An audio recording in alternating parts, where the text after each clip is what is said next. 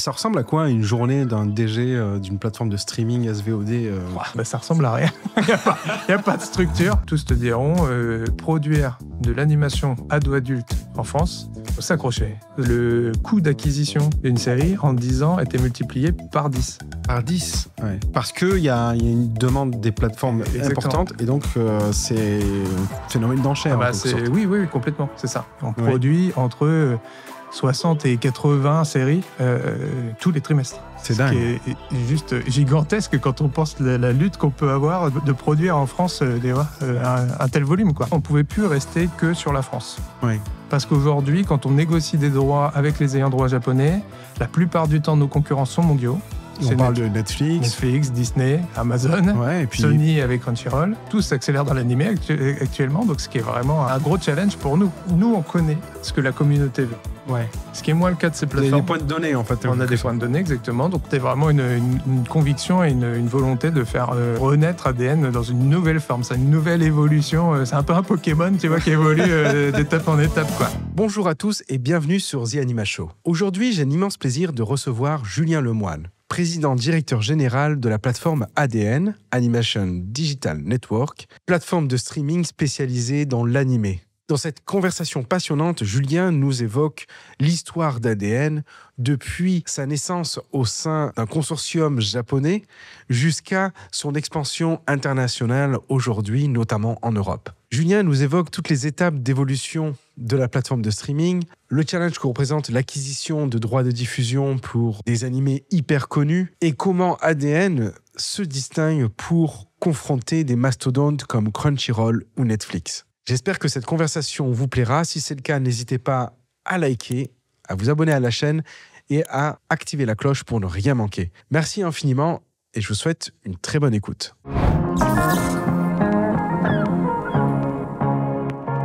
Julien, bienvenue sur The Anima Show. Merci de me recevoir. Les fans d'animé sont du genre des plus hardcore. Est-ce que ça fout la pression un petit peu quand on gère une plateforme comme ADN ? Carrément. C'est sûr que pour le coup, c'est un élément motivant. Et en même temps, c'est une bonne pression. Mais c'est une bonne pression, c'est ça. C'est vraiment ça.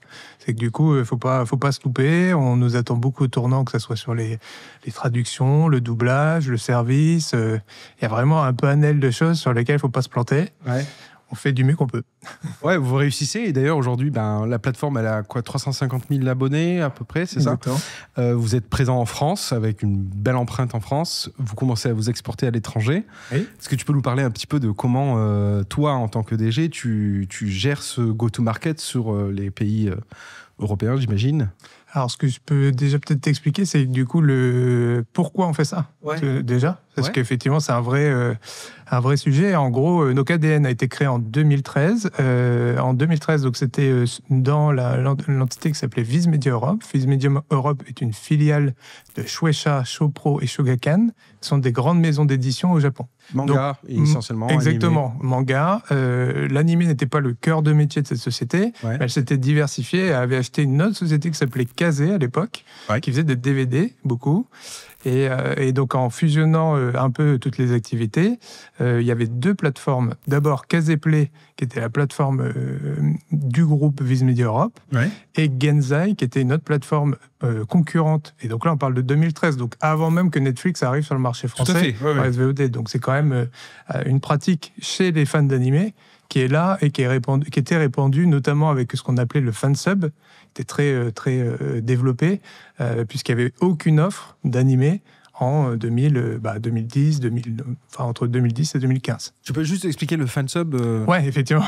Pour moi, c'est ultra naturel. Mais donc, le fansub, en gros, c'est le sous-titrage des œuvres japonaises par des fans. Ouais, c'est ça. Simplement. Et qui mettent ça à disposition en torrent, donc sur des biais qui étaient illégaux. Parce que il y avait pas d'offre légale disponible. Et pourtant une demande. Et pourtant une demande, exactement.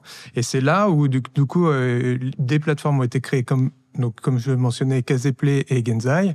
Et on a décidé avec donc Genzai était opéré par une autre boîte qui s'appelait qui s'appelle toujours Media Participation.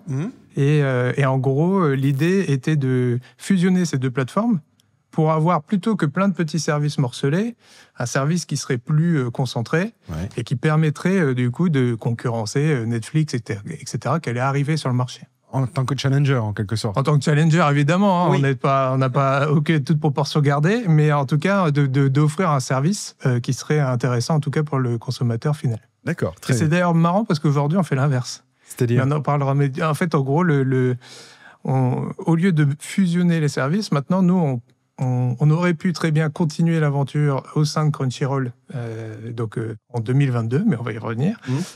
Et en fait, on a choisi de se séparer et de faire continuer l'aventure ADN au sein de Média Participation pour proposer quelque chose d'autre. Un complément de service à des plateformes qui se globalisent de plus en plus. D'accord.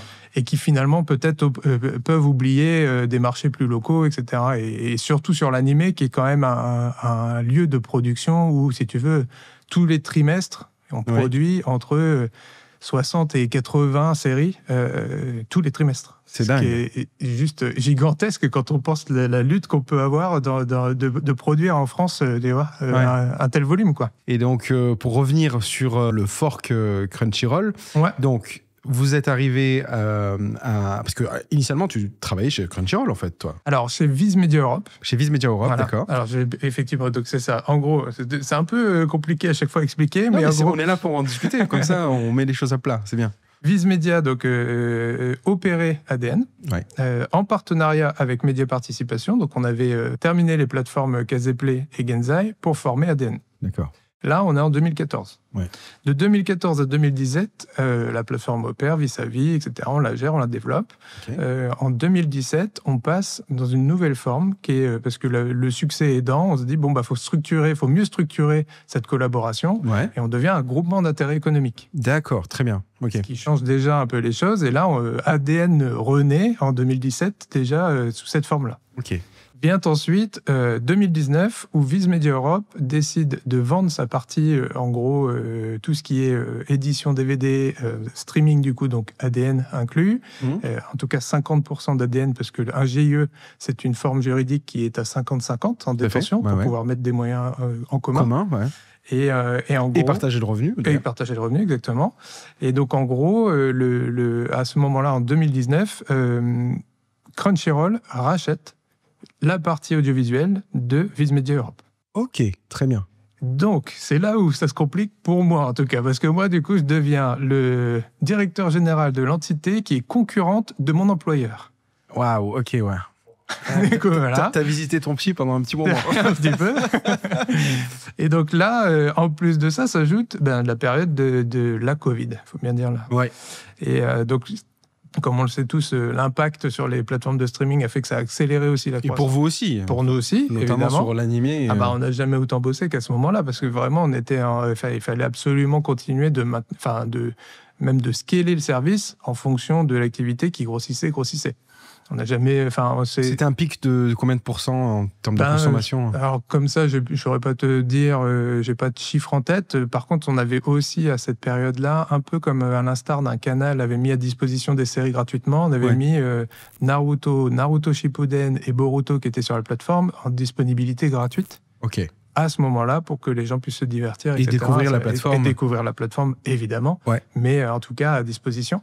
Et ça avait explosé nos chiffres.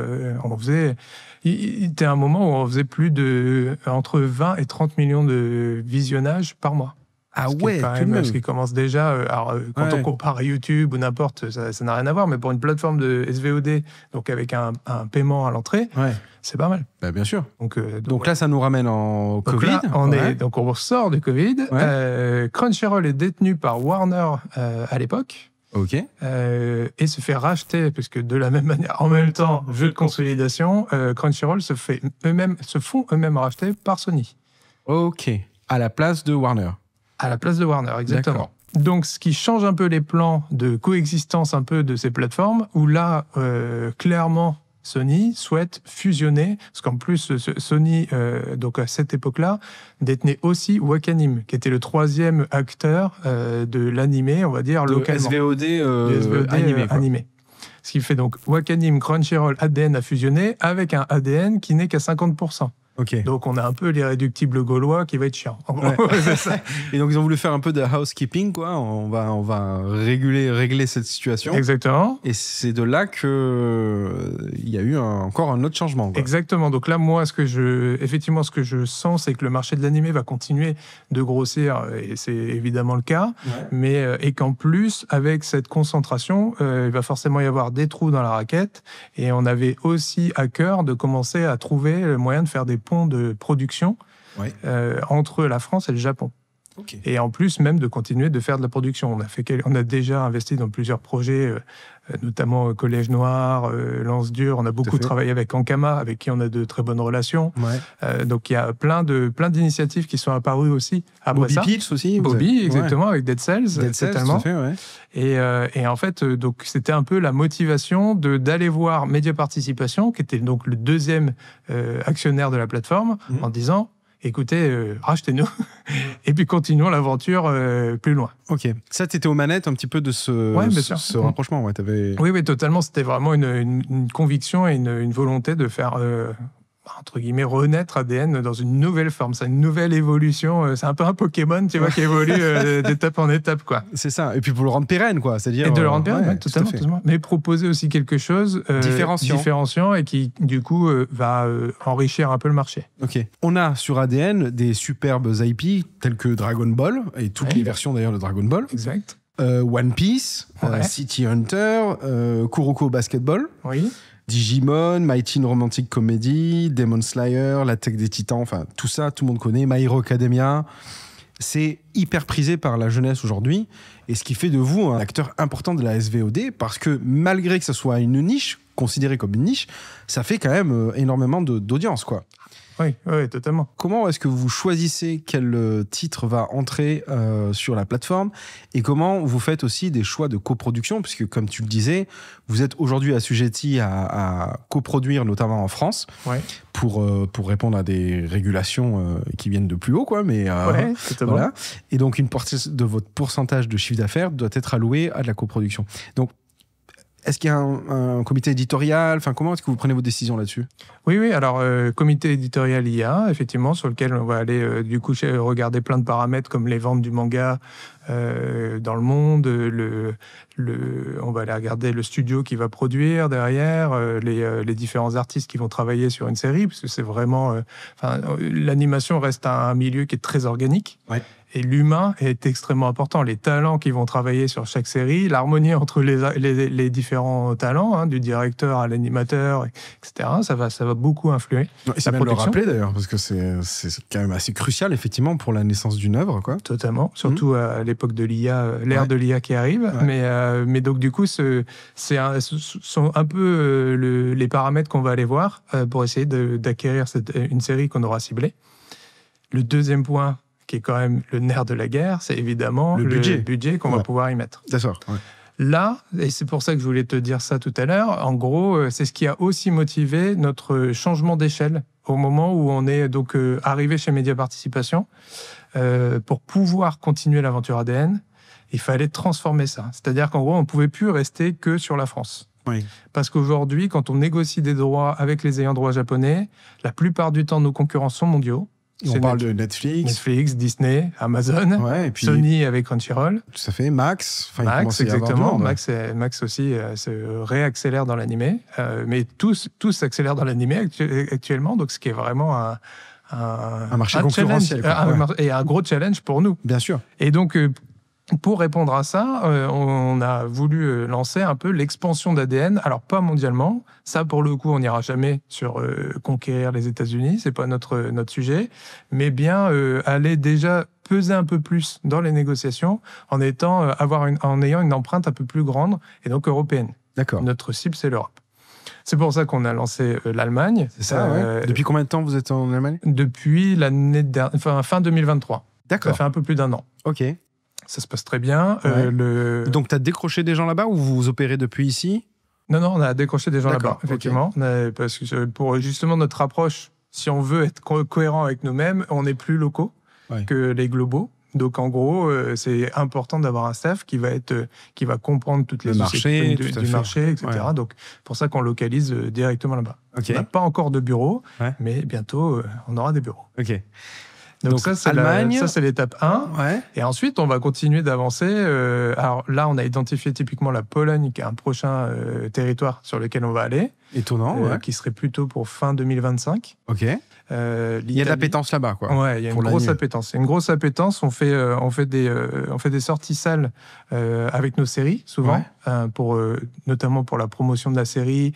C'est créer de l'événement. Ouais. Ça nous donne l'occasion de voir un contact avec le public, de pouvoir aussi, par exemple, distribuer des goodies, parce que c'est aussi... c'est émotionnel, il y a un attachement émotionnel. Exactement. Surtout sur l'animé, on est sur des passionnés, tu disais en préambule. C'est vraiment très, très, très important.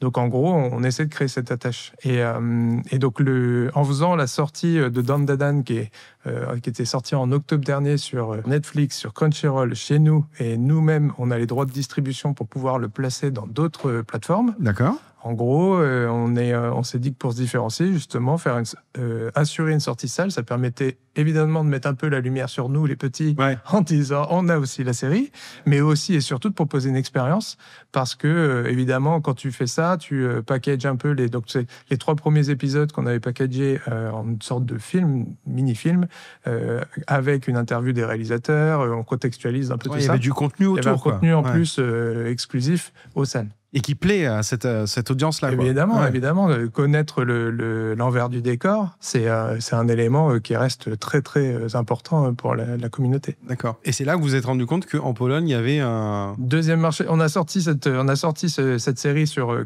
40 territoires, donc Europe et puis Moyen-Orient et Afrique. Et en fait, on s'est rendu compte que le deuxième pays dans le ranking du nombre d'entrées au box-office, c'était la Pologne. D'accord.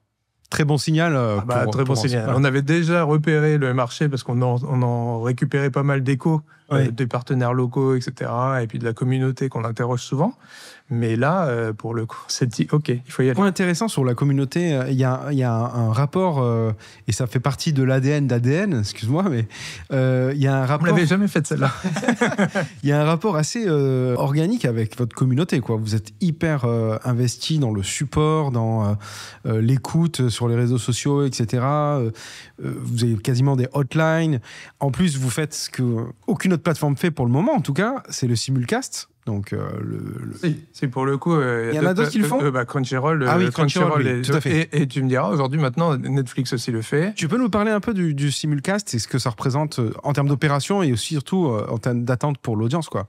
Ouais, alors simulcast, du coup, c'est un terme un peu barbare, effectivement, qui veut dire 1 heure après le Japon, en gros. Donc, la série est évidemment au Japon. Les séries sont essentiellement produites à la base pour aller en télé. Ouais. Parce que, comme beaucoup le savent, l'animé à la base était produit. Alors c'est plus forcément totalement le cas aujourd'hui, mais ça l'est quand même. Et produit surtout pour être diffusé, pour pouvoir promouvoir le manga.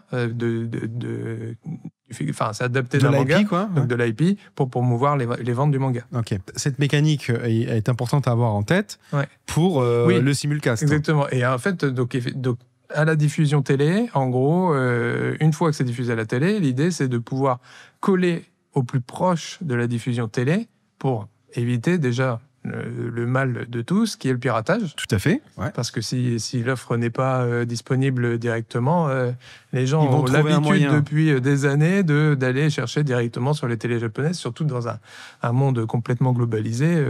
C'est très facile d'y accéder. Donc, on reçoit, nous, les épisodes 2, 3, 4, 5 jours avant, on va dire, souvent assez tardivement.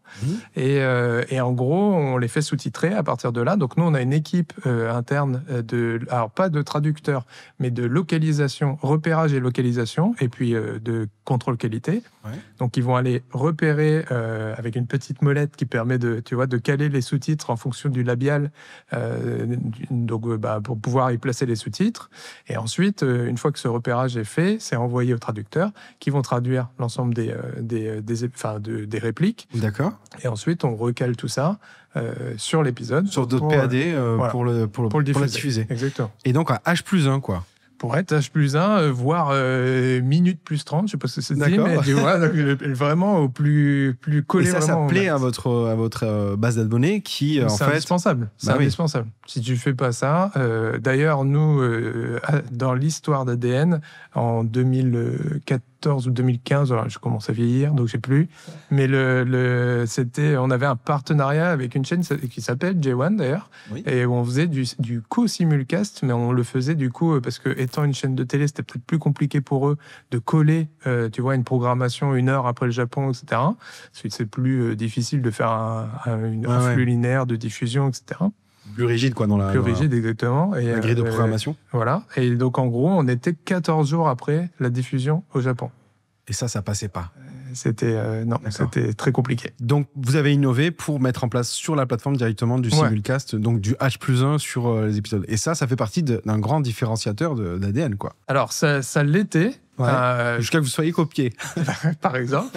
Enfin, je n'aurais pas la prétention de dire que Netflix nous copie, mais si tu veux, pendant un temps, donc Netflix droppait ses épisodes, toute la série complètement. Alors, il y en a eu beaucoup de séries où la communauté était complètement contre Netflix, notamment Jojo Bizarre Adventure, dont la dernière saison avait été diffusée comme ça, alors que nous, on en bulk, binge-watché, quoi, en gros. Alors que nous, on en est convaincus aussi, pour qu'une série, et notamment dans la profusion de contenu qui existe, avoir une diffusion hebdomadaire comme ça sur laquelle toute la communauté va attendre pour prendre la parole et attendre, tu vas même imaginer ce que ça va être derrière, en discuter, faire des reacts, enfin un peu tout ça. Tout l'à côté, mais qui est hyper important. Qui est hyper important pour la promotion d'une série. Et ça, c'est parce qu'à un moment, même si on dit toujours que les plateformes doivent promouvoir leur contenu, etc., le contenu vit lui-même avec ses fans. Du public, exactement, quoi. Et donc ça, c'est super important et à motiver, mais aussi à respecter, surtout. Et donc ça, typiquement, le faire semaine par semaine, c'est donc ce que tu dis, c'est qu'avec Jojo, Netflix avait fait une erreur en quelque sorte. Une grosse erreur. Et là, aujourd'hui... Qui a déplu au... Ouais, totalement. Aujourd'hui, les fans... Donc, une nouvelle saison a été annoncée. Et il y a plein de fans qui nous demandent, mais reprenez Jojo. On aimerait bien. Je peux déjà faire l'annonce qu'on n'aura pas la série, malheureusement. Mais c'est fou comme c'est resté, alors que cette saison, elle avait été diffusée en 2021. Donc 5 ans après, enfin non, 4 ans après, c'est encore, ils ont encore la dent dure. Toi, en tant que directeur général d'ADN, tu as, j'imagine, beaucoup de responsabilités. Ça ressemble à quoi une journée d'un DG d'une plateforme de streaming SVOD Bonne question. Ça ressemble à rien. Il n'y a pas de structure. Pop, petit arrêt sur image juste pour vous indiquer que cet épisode est soutenu par 22D Music qui accompagne depuis plus de 20 ans les professionnels de l'audiovisuel dans la création musicale et la gestion de leur catalogue musical, ainsi que Citrus Software qui édite le logiciel d'animation en 3D temps réel Tangerine et le logiciel de gestion de production Yuzu. Pour en savoir plus, rendez-vous sur citrussoftware.com. Big up également à notre partenaire Écran Total, la source d'information des professionnels de l'audiovisuel. Voilà, c'est terminé. Retour à la conversation. Non, clairement, c'est ça. En fonction des prios. Tu navigues sur toutes les priorités. Et en fait, en tout cas, mon rôle, c'est vraiment d'être là pour être une solution pour les équipes. Toujours, qu'elles puissent se retourner vers quelqu'un. Moi, je peux me retourner vers personne, effectivement, mais c'est mon rôle, justement, d'endosser la responsabilité et de prendre des décisions. Donc, ça, c'est le point vraiment ultra nécessaire. Le deuxième, c'est évidemment de fournir un cap sur là où on va, dans un marché aussi concurrentiel. Il faut quand même bien analyser tactique exactement, pour essayer de trouver les endroits où se placer, surtout quand on est, comme nous, vraiment un petit acteur. Savoir que, tu vois, par exemple, sur les acquisitions, le coût d'acquisition d'une série, en 10 ans, était multiplié par 10. Justement. Par 10 Parce qu'il y a une demande des plateformes importante, et donc c'est un phénomène d'enchère. Oui, complètement, c'est ça. Et en fait, ça continue, parce que là, donc il y avait les enchères en face de nous, les acteurs spécialisés, et maintenant, ce sont les grosses plateformes qui se font la guerre entre elles. Donc là, en plus de ça, c'est de plus en plus... en jeu, quoi. Là, on devient en jeu, clairement. Et c'est pour ça qu'on pense maintenant à la production. Comment trouver notre place dans cet écosystème, peut-être en passant de l'autre côté de la barrière et en commençant à proposer les séries que nous on connaît, ce que la communauté veut. Ce qui est moins le cas de ces plateformes. Vous avez des points de données, en fait. On a des points de données, exactement. Donc, on peut commencer à voir, déjà cruncher un peu la donnée, voir un peu qu'est-ce qui plaît. Et ensuite, derrière, aller chercher les bonnes IP et les proposer évidemment pour la plateforme, mais aussi potentiellement pour les. Et vous avez déjà initié ça, puisque il y a pas mal de coproductions, notamment françaises, qui ont été menées. On peut parler donc le Collège Noir, pardon, tout à fait. Aussi du Dreamland, là, qui a été annoncé. Qui a été annoncé en 2022 même, donc assez tôt. Alors là où avec La Chouette Compagnie. Avec La Chouette et Ellipse en coproduction, et adapté du manga donc, de Renaud Lemaire, qui est édité par Pika Édition. Comme ça, j'ai 500 000 exemplaires. Tout même plus, je crois, maintenant. Et donc édité en Allemagne et édité depuis novembre dernier au Japon. Ah, ce qui est une super prouesse. C'est une super prouesse, en gros, de réussir. Un manga français, quoi. Qui se retrouve. Alors, c'est pas le premier à être édité. Il y avait eu Radiant aussi avec Tony Valente. En tout cas, c'est une grande première et ça fait plaisir, quoi. Et c'est aussi parce que finalement. Via votre coproduction, ça a mis en lumière l'IP, potentiellement. Je sais pas. Je pense que c'était déjà dans les plans de le faire depuis un moment. Peut-être que ça a accéléré un peu plus les ambitions, en tout cas de Pika, de faire exporter l'IP. Mais donc, je ne saurais pas te dire ça. En revanche, ce qui est sûr, c'est que nous, on est très contents qu'il soit édité au Japon, parce que ça nous permet aussi d'essayer de convaincre les diffuseurs japonais de diffuser Dreamland là-bas. Ah bah oui, c'est un argument de plus, quoi. C'est un argument de plus. On est en discussion actuellement avec la NHK et on est même en comité actuellement. Alors quand la vidéo sortira, je pense qu'on saura si oui ou non. Donc quand je la regarderai, je me dirai t'espérais peut-être pour rien, ou alors peut-être tu seras content. mais donc là on est là-dessus. Et puis surtout on a beaucoup travaillé à trouver un modèle économique autour de ça.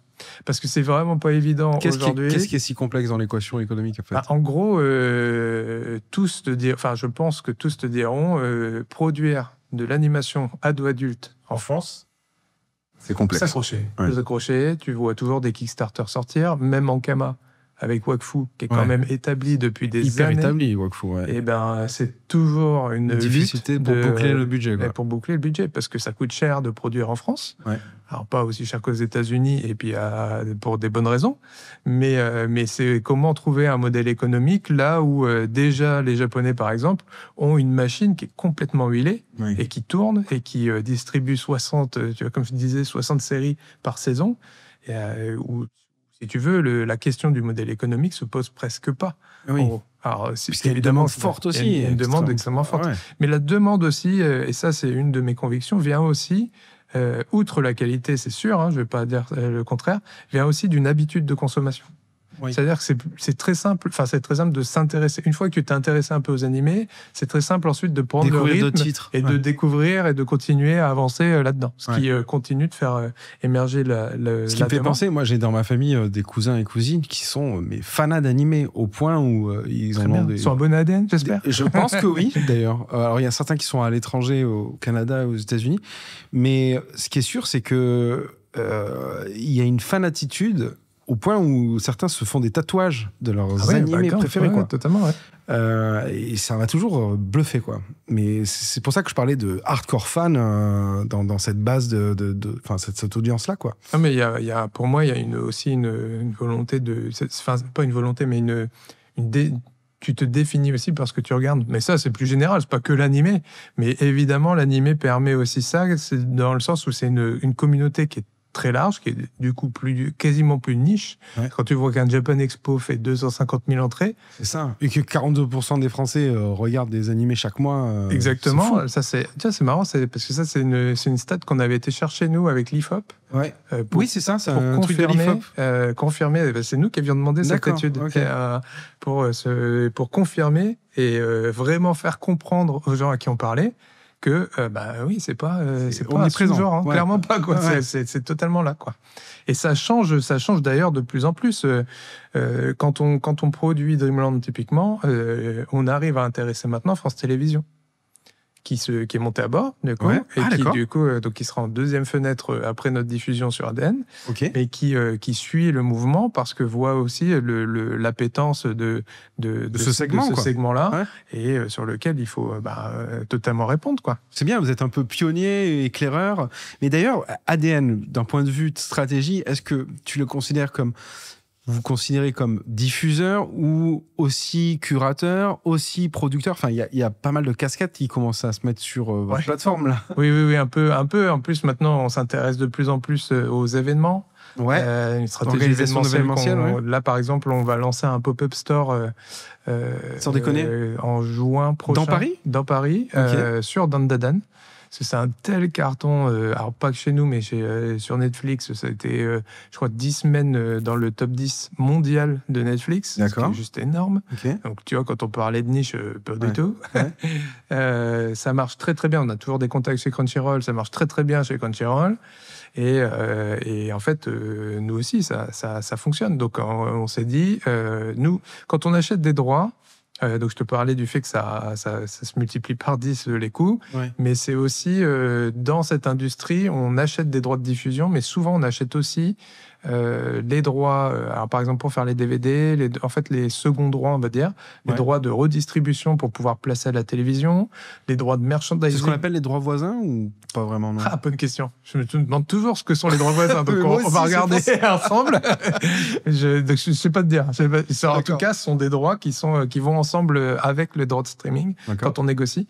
Et pour pouvoir essayer de mettre en place un peu cette stratégie qu'on appelle 360, mais pas vraiment 360 parce que tu peux entrer un peu de partout, mais c'est un peu l'objectif, c'est ça. C'est comment on amène le plus de valeur à nos abonnés. D'accord. La stratégie événementielle, donc ça, typiquement, le pop-up store, c'est un premier jalon. On va potentiellement monter nos propres événements. C'est déjà des choses aussi, je vois parfois Netflix annoncer, faire faire ce genre de... fait. Mais ils sont moins flexibles que nous, typiquement. Donc nous, on peut peut-être plus facilement le faire. D'accord. Et ensuite, parce qu'il y a déjà une grosse structure d'événements partout en France, je ne sais plus combien il y a de salons, mais sans dire de bêtises, il doit bien y en avoir au moins 60 qui sont dédiés aux animés dans toute la France. Dont la Japan Expo. Dont Japan Expo, mais tu vois, même Japan Expo, tu as Japan Expo Sud, etc. Ah oui, d'accord. Donc ça montre qu'il y a une vraie grosse appétence aussi là-dessus. Et donc nous, on va essayer de trouver des moyens de compléter notre expérience d'abonné sur l'événement. Pour de l'activation ou pour... L'activation, mais juste même de l'expérience, en fait. Tu vois, tu parlais de cette appétence du backstage, en gros, de savoir comment les créateurs, etc., de les inviter pour qu'ils puissent faire des signing sessions, les rencontrer. Donc c'est ça qui est super important. D'autant que nous, comme on appartient à Média Participation, il y a un éditeur qui s'appelle Kana, qui est un éditeur manga là-bas, qui aussi invite des auteurs. Ils sont actionnaires d'ADN, Kana? Alors, pareil, Kana appartient à 100% à Média Participation. Média Participation nous détient à 100%. Oui. On est plutôt des frères et sœurs, des compagnies sœurs. Ok. Est-ce que ça a un impact aussi, finalement, dans la naissance d'IP et de franchises dans ce secteur de l'animé? Et est-ce que vous avez un rôle à jouer là-dedans, selon toi, à l'avenir? Cette appétence, ce goût qu'a ce jeune public pour les animés, ça préfigure aussi la possibilité de faire naître des nouvelles IP qui ne sont pas forcément venues du Japon, mais qui viendraient d'Europe, quoi, en quelque sorte. Tu vois. Carrément. Et donc, dans ces premiers jalons que vous avez installés de coproduction, il y a une volonté d'accélérer là-dessus pour devenir quasiment un studio, tu vois, ou c'est encore un peu lointain pour... Devenir un studio, je pense pas. D'accord. En soi, on a des velléités, effectivement, d'accompagner la production. Ça, c'est sûr. Devenir un studio, on laissera ça au studio, vraiment, et donc collaborer plutôt avec l'écosystème déjà en place. Maintenant, il faut que ça puisse répondre. Il faut savoir que c'est quand même pas évident non plus de détricoter une industrie qui a toujours fait de l'animation enfant. Oui. Pour les faire arriver sur de l'animation ado-adulte, déjà. Et encore plus avec un style qui est le style animé, et qui du coup peut être, même si aujourd'hui toute la nouvelle génération d'animateurs, même pour le background, connaît bien ce style, a grandi avec, et adore ce style aussi. Donc ça se fait, naissant, c'est naissant, ça se transforme un peu. Le seul truc ça se transforme lentement parce que ça n'a pas été, il y avait aujourd'hui pas d'opportunité de le faire. Quand Dreamland sort, quand Dreamland est annoncé pour partir en production, etc., ça attire beaucoup. Il y a beaucoup de jeunes créateurs qui ont voulu venir mettre dans la production.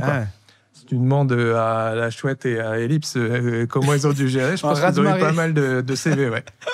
Non, mais c'est bien, c'est plutôt positif et ça permet à toute une nouvelle jeunesse de talent d'exister en France, quoi. Pour ça, c'est vraiment cool d'ouvrir la porte. Côté concurrence, on a parlé des plateformes de streaming comme Netflix, comme Amazon, etc. Comment tu tires ton épingle du jeu? Déjà, est-ce que c'est toi qui mènes les négociations sur les acquisitions, etc. Et comment vous tirez votre épingle du jeu face aux mastodontes, en fait, parce que c'est pas toujours simple. Comment on tire notre épingle? Et est-ce qu'il y a des fois où tu dis on n'y va pas, on va même pas chasser cette IP parce qu'on n'y arrivera pas et on va perdre du temps, du temps qu'on va pas allouer sur d'autres titres? Clairement. Ça, typiquement, ça nous est arrivé très souvent de se dire on lâche l'affaire parce que les enchères commencent à monter, que ça devient pas possible. Et si on prend ce risque-là, on va se tuer, en fait. C'est ça le truc. Donc, faut pas se noyer non plus dans cette course. Et il faut freiner et essayer de trouver la bonne balance. C'est pour ça que moi, ma responsabilité, c'est ça, c'est savoir dire non parfois. Quand tu parles de qui fait les acquisitions, etc., moi, évidemment, je prends part, mais on a une équipe avec une responsable des acquisitions qui connaît très bien tout ça et qui en plus s'appuie sur l'équipe d'évaluation des contenus. Et en plus, maintenant, on a ouvert un bureau au Japon. Ah, d'accord. Avec 2 collaborateurs au Japon qui nous aident le plus proche possible de la source. Totalement.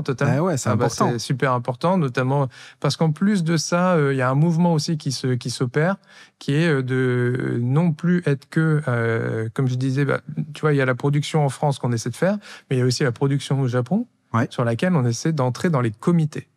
C'est-à-dire donc les comités de production au Japon, au Japon ça fonctionne un peu différemment, il n'y a pas d'aide, il n'y a pas tout ça, donc c'est pas du tout la même structuration de financement. C'est en gros, une série va coûter tant, il va y avoir un tour de table où en gros le porteur de projet va aller chercher le diffuseur, il va aller chercher la société qui s'occupe des droits DVD, le label de musique, etc. Et tout le monde va mettre un pourcentage au pot. D'accord. Il fait un roadshow, en fait, autour de tous les potentiels diffuseurs, etc. Est-ce qu'il inclut aussi tous ceux qui vont faire, par exemple, le licensing, merchandising? Exactement, tu vois, Bandai peut entrer à bord, etc. pour prendre Et donc, généralement, quand ils entrent... Ils se partagent le gâteau des rémunérations que va amener l'IP, c'est ça? Exactement, à hauteur du pourcentage qu'ils ont mis sur la table. Tout en gérant la responsabilité, par exemple, des droits. C'est-à-dire, Bandai va gérer le merchandising de la série, typiquement, etc. Et tout le monde va se mettre d'accord sur qui fait quoi pour maximiser les revenus de la série. Et ensuite, tout revient, ce qu'on appelle one pot, c'est la structure, dans le one pot, en gros, et après, on redistribue en fonction. Et donc, ADN commence à participer à des comités. Ouais, ça fait un moment qu'on travaille à essayer d'entrer dans ces comités, parce qu'il faut savoir quand même qu'au Japon... Il faut faire partie des Yakuza ou c'est un petit village, c'est un petit village qui est très, très bien fermé. Donc, du coup, c'est assez difficile d'en trouver la clé. Mais on travaille beaucoup les relations avec les ayants droit, etc. C'est essentiel. Tu vois, l'animation, c'est organique dans sa production, mais c'est organique aussi dans le relationnel, les négociations, etc. C'est très, très comme ça. Et en fait, là, on commence à gagner la confiance pour pouvoir entrer. Et par exemple, on a une série qui arrivera en 2026 sur laquelle on monte à bord du comité. Et nous, on dit, mais nous, on va s'occuper de l'Europe. Donc on met un pourcentage et on s'occupe de toute l'Europe. On va et c'est nous vous abondez d'un point de vue financier, exactement, sur la production. En échange, vous négociez des droits d'exploitation sur l'Europe. Ce qui revient un peu à une acquisition, si tu veux. Mais en fait, l'avantage, c'est que là, tu deviens un peu propriétaire de l'IP sur du beaucoup plus long terme. Et ce qui t'empêchera pas, du coup, évidemment, sur l'Europe, de le vendre aussi à Netflix, etc. Intéressant comme mécanique, c'est complètement différent différent de ce qu'on peut voir ici en France ou aux États-Unis. Ouais, totalement. Mais du coup, tu as fait des allers-retours au Japon de temps en temps. Oui. Bah, j'y vais 2 fois par an minimum. Ah ouais. Bah, tu peux pas. Après, c'est sympa, hein. Moi, j'adore le Japon. Je m'en plains pas. Ça, il n'y a pas de problème. Surtout si tu vas au printemps pendant que les sakuras. Bah oui. Bah, tu vois, j'y vais souvent au niveau des salons. Il y a des salons professionnels sur l'animé. Et il y en a un qui est effectivement fin mars, début avril. Parfait. Ouais. Ils ne pouvaient pas me faire. Ouais. Et fin octobre, début novembre. D'accord. Donc pareil, Halloween et tout ça, donc c'est plutôt cool. Ok. Ça, c'est les très très bons côtés du métier. Moi, j'ai adoré le Japon et je trouve que c'est une superbe civilisation. Il y a beaucoup de choses impressionnantes et dépaysantes. Ah bah c'est ça, c'est ce que j'allais te dire. Le mot du Japon, c'est dépaysement, quoi. Ah ouais, c'est clair. Il n'y a pas un autre pays où c'est aussi différent. Tout à fait. Et c'est fascinant. Est-ce que tu as des conseils à donner à des jeunes qui voudraient bosser dans l'animé en général, mais aussi, pourquoi pas, dans l'édition et la production d'animé? Moi, je peux déjà parler de moi. C'est-à-dire que quand je suis arrivé chez Viz Media Europe, la première fois à mon entretien, en gros, je me suis fait retoquer. D'accord. Et en gros... Donc moi, je suis revenu en disant, mais si, je veux vraiment bosser là. Montrer de la persévérance, quoi. J'ai montré de la persévérance, un peu trop peut-être, je sais pas. Mais, et donc du coup, finalement, on a refait un entretien. Okay. Ils m'ont redonné une chance, qui est quand même une chance aussi d'avoir ça. C'est pas forcément tout le temps que ça arrive, mais comme quoi, faut pas se démoraliser ou en tout cas se décourager et persévérer. C'est un peu l'esprit shonen, tu vois. C'est le dépassement, essayer ça, quoi. De se relever, en fait, à chaque fois qu'on tombe. C'est bateau, mais c'est un peu, ça reste extrêmement vrai, quoi. Non, mais c'est des valeurs que tu retrouves partout dans les animés. Il y a un sujet dont on n'a pas parlé, mais c'est l'aspect tech, en fait, de la plateforme, parce que vous êtes quand même une plateforme de streaming, et donc on a parlé de Jitoria, on a parlé des acquisitions, on a parlé des coprods et tout, mais il y a aussi un aspect tech assez important. Vous avez lancé il n'y a pas si longtemps une refonte, je crois, de la plateforme mobile. Vous avez fait appel aussi à des feedbacks d'utilisateurs de la plateforme pour essayer de voir ce qu'ils attendent et tout. Ouais, clairement. Vous avez fait tout un travail là-dessus. Bien enseigné. Ouais, non mais c'est challenging. Et puis il y a aussi les recommandations algorithmiques qui jouent. Enfin, moi j'ai été là-dedans dans ma vie professionnelle parce que j'avais une boîte qui faisait ça. Ça revêt quoi finalement de devoir maintenir une plateforme, construire des équipes tech autour de ça. Enfin, c'est un sujet permanent, quoi. Sujet permanent. C'est le sujet presque... Alors, pas numéro 1, parce que le contenu reste le sujet numéro 1, mais juste derrière, tu vois, vraiment coller juste derrière, c'est ce sujet-là, clairement. C'est un énorme sujet parce que déjà, il faut maintenir des standards de marché qui évoluent tout le temps et qui évoluent à la vitesse grand V, parce qu'en plus, en face de nous, on a des énormes mastodontes. Donc en termes de budget, et c'est d'ailleurs un truc que moi je déplore un peu, c'est notre entre guillemets dépendance sur l'architecture. Tu vois, nous on est obligé de travailler sur l'architecture Amazon. Ouais. Donc en fait, on est dépendant demain de notre principal concurrent. Enfin, AWS, tu vois, sur toute proportion gardée, mais quand même. Donc on sera toujours en retard techniquement sur ça. Ouais. Maintenant, là où on peut innover, nous, et ce qu'on fait, c'est d'être original. Ouais. Et par exemple, si je peux te donner un exemple qui est un peu sur une approche plus produit, c'est par exemple le tarif dégressif. Oui. Aujourd'hui, nous, quand tu t'abonnes à ADN, à l'ère où toutes les plateformes augmentent leur prix, nous, on ne l'augmente pas, il est dégressif tous les mois. Oui. C'est-à-dire que quand tu t'abonnes, c'est 6,99 par mois. D'accord. Tous les mois, il baisse de 20 centimes. Je savais pas ça, c'est sympa comme... C'est pas mal quand même, tu vois. Très innovant. Et en gros, l'idée, c'est... pour construire la fidélité aussi. Exactement. Donc si tu te désabonnes, tu perds cet avantage et tu reviens à 6,99. Ouais. Quand même, il faut quand même qu'on... Parce qu'en plus, c'est sans engagement chez vous. C'est sans engagement, exactement. Mais en tout cas, ça permet de fidéliser et de récompenser la fidélité, parce qu'il y en a qui se foutent d'être récompensés par un goodies ou n'importe. Bien sûr. Tu vois, la meilleure des récompenses, c'est justement le porte-monnaie, quoi. Voilà, exactement. Ouais.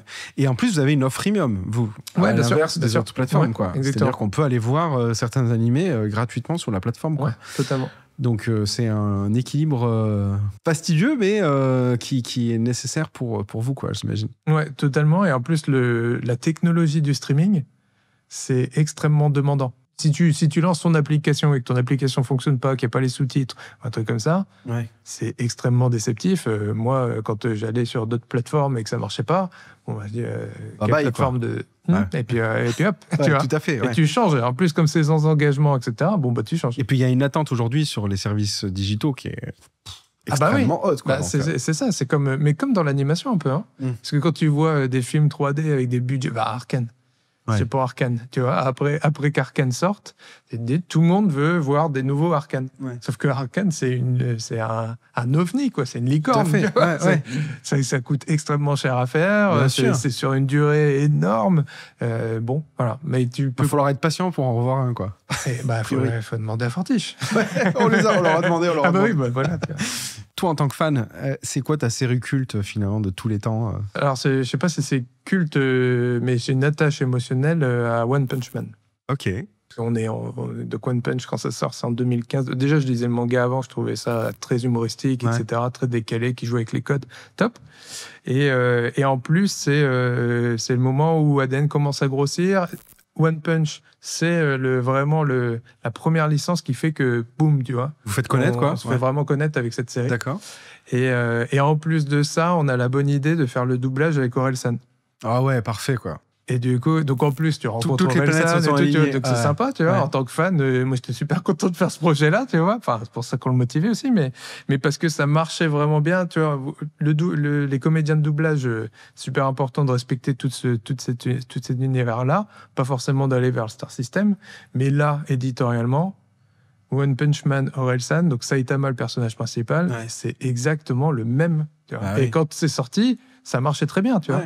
Parce que quand tu fais venir un influenceur, etc., pour la promo, tout ça, généralement, la communauté de fans te dit non, tu vois, c'est pas possible, quoi.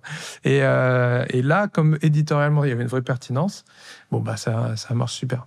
Je vais en profiter juste avant qu'on se quitte sur...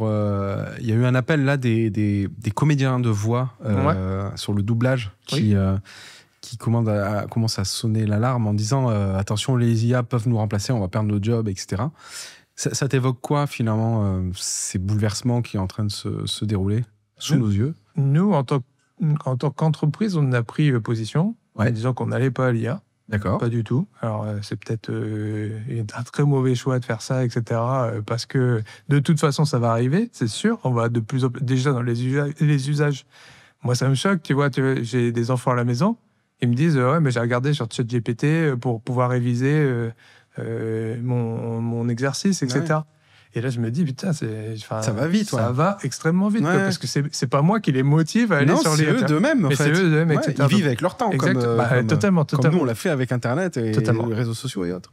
Mais ce qui, moi, me chiffonne un peu, c'est évidemment, tu vois, l'impact environnemental de ça, comment on va gérer, parfois la vacuité de ce qui sort. Tu vois, quand tu regardes sur les réseaux sociaux, ce qui peut sortir tout est là-dedans. Hein. Il y a des gens, des humains derrière qui promptent ça. Mais en gros, pour moi, on n'est pas prêt à ça. Et on est déjà dans une telle... Tu vois, je parle depuis tout à l'heure d'aventure humaine. C'est exactement ça, l'animation. Donc, pour le coup, pour le moment, on reste vraiment campé sur cette position. Et notamment surtout pour les comédiens de doublage, pour le sous-titrage, qui est tout un univers que nous on fait fonctionner, parce qu'on commande énormément de localisations, qu'elles soient françaises, allemandes, tu vois, enfin c'est sur tous les pays, sur tous les territoires. Julien, merci infiniment d'être venu sur The Anima Show. On a fait un superbe tour d'horizon sur la plateforme. Pour ceux qui connaissent pas, allez découvrir ADN. Si vous êtes fan d'animé, alors là, il n'y a pas de raison que vous n'y allez pas. Bonne continuation avec cette expansion à travers l'Europe. Merci. On va essayer.